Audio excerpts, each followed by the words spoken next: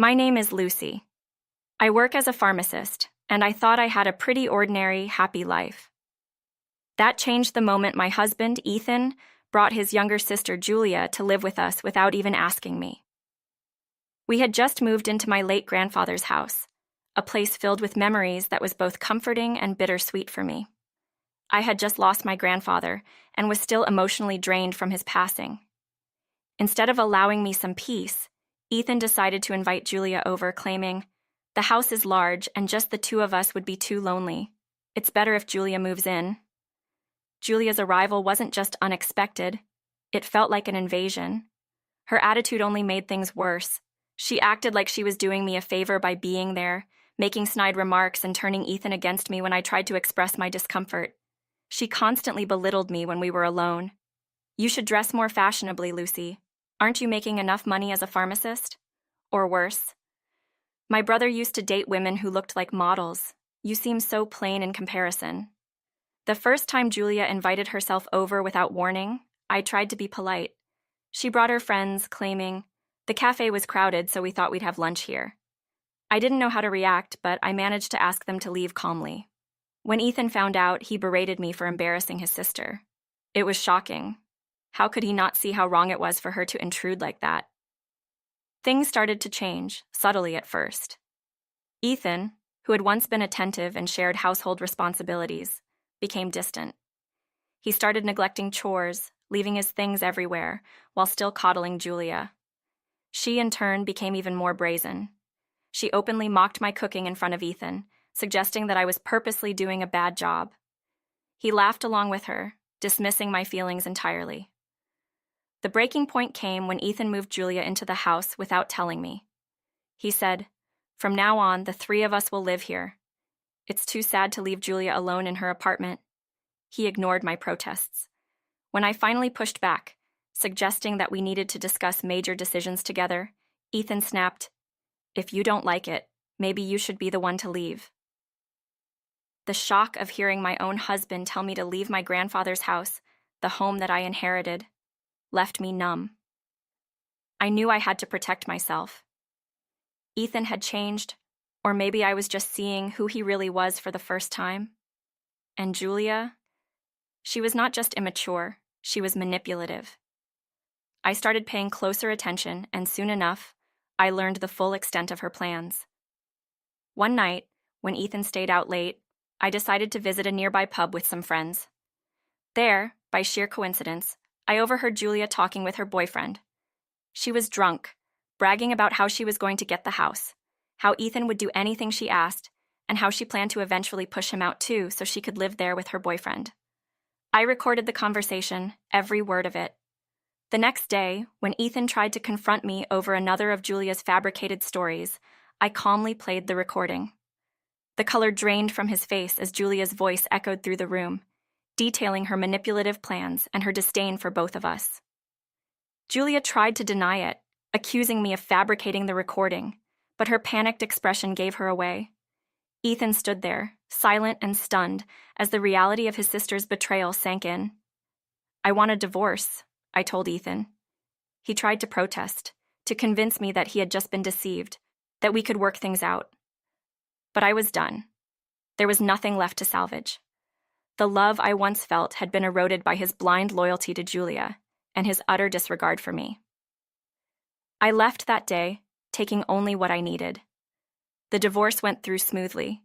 Ethan even had the papers ready, as if he had expected it all along.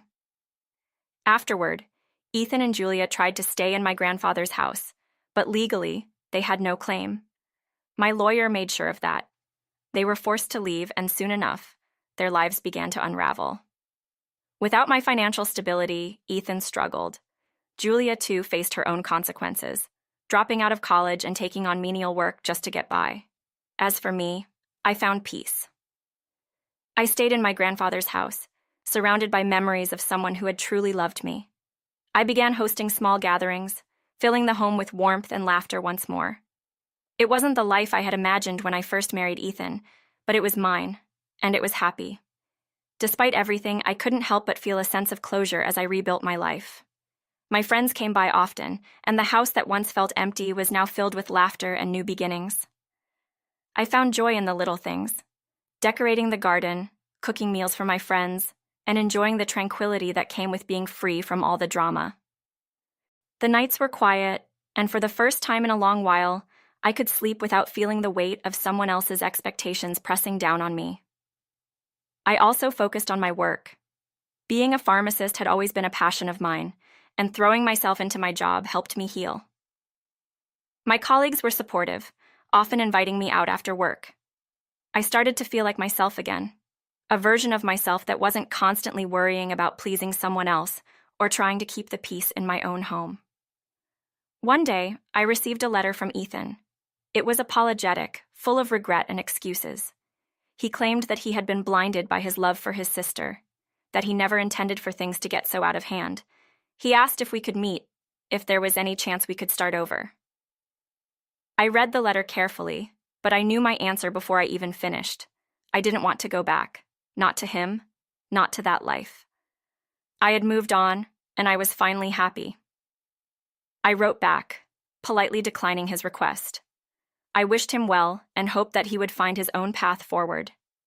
It wasn't easy to let go of the person I had once loved, but I knew it was the right thing to do. Ethan had made his choices, and I had made mine. There was no going back. Julia, on the other hand, tried to contact me several times. Her messages were less apologetic and more desperate. She blamed me for everything that had gone wrong in her life, for losing her apartment, for having to drop out of college, for the menial job she now held. I never responded. I knew there was no point. Julia was not someone who would take responsibility for her own actions, and I had no interest in reopening that chapter of my life. Months passed, and the seasons changed. I spent more time outdoors, tending to the garden my grandfather had once loved. It was therapeutic, watching things grow, nurturing life in a way that felt meaningful. My friends often joined me, and we would sit outside for hours, talking and laughing as the sun set over the horizon. The house, once a place of sadness and tension, had become a haven, a place where I could be myself, free from the shadows of my past. One evening, as I was preparing dinner, I received a call from my former mother-in-law. She was apologetic, explaining that she had only just learned the full extent of what had happened between Ethan, Julia, and me.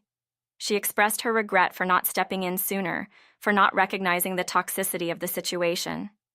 I could hear the pain in her voice, the disappointment she felt in her own children. I assured her that it was all in the past, that I held no ill will toward her. She had always been kind to me, and I wanted her to know that I appreciated her reaching out. After the call, I sat down at the kitchen table, looking around the house that had become my sanctuary. I thought about everything that had happened, the love, the betrayal, the heartbreak, and finally, the freedom. It had been a long journey, but I had found my way through it. I had found peace, not just in my surroundings, but within myself. I decided to throw a party to celebrate the new chapter of my life. I invited my friends, my colleagues, and even a few neighbors I had gotten to know over the past few months. The house was filled with people, with music, with laughter. As I looked around at the smiling faces, I realized that this was what I had been missing all along, a sense of belonging, of community, of genuine happiness. That night, as the party wound down and my friends began to leave, one of my colleagues pulled me aside. He had been a good friend to me since the divorce, always offering a listening ear and a kind word. He smiled at me, a genuine warm smile, and said, "You know, Lucy, you seem truly happy now. It's like a weight has been lifted off your shoulders." I nodded, feeling the truth of his words deep in my heart. "I am happy," I replied. "For the first time in a long time, I really am." As I watched the last of my guests leave and close the door behind them, I felt a sense of contentment wash over me. My life wasn't perfect, and there were still challenges ahead, but I knew I could face them. I had found my strength, my voice, and my peace. And that was enough. I walked through the house, turning off the lights and tidying up as I went. I paused by the old family photographs that lined the hallway, smiling at the memories they held. My grandfather's smiling face looked back at me, and I felt a warmth in my chest, a reminder that I was never truly alone. I had my memories, my friends, and most importantly, myself. As I climbed into bed that night, I looked out the window at the stars shining brightly in the sky. I took a deep breath, feeling the cool night air fill my lungs, and closed my eyes. I was ready for whatever came next, ready to embrace the future, whatever it held. I had found my way back to myself, and that was all I needed to keep moving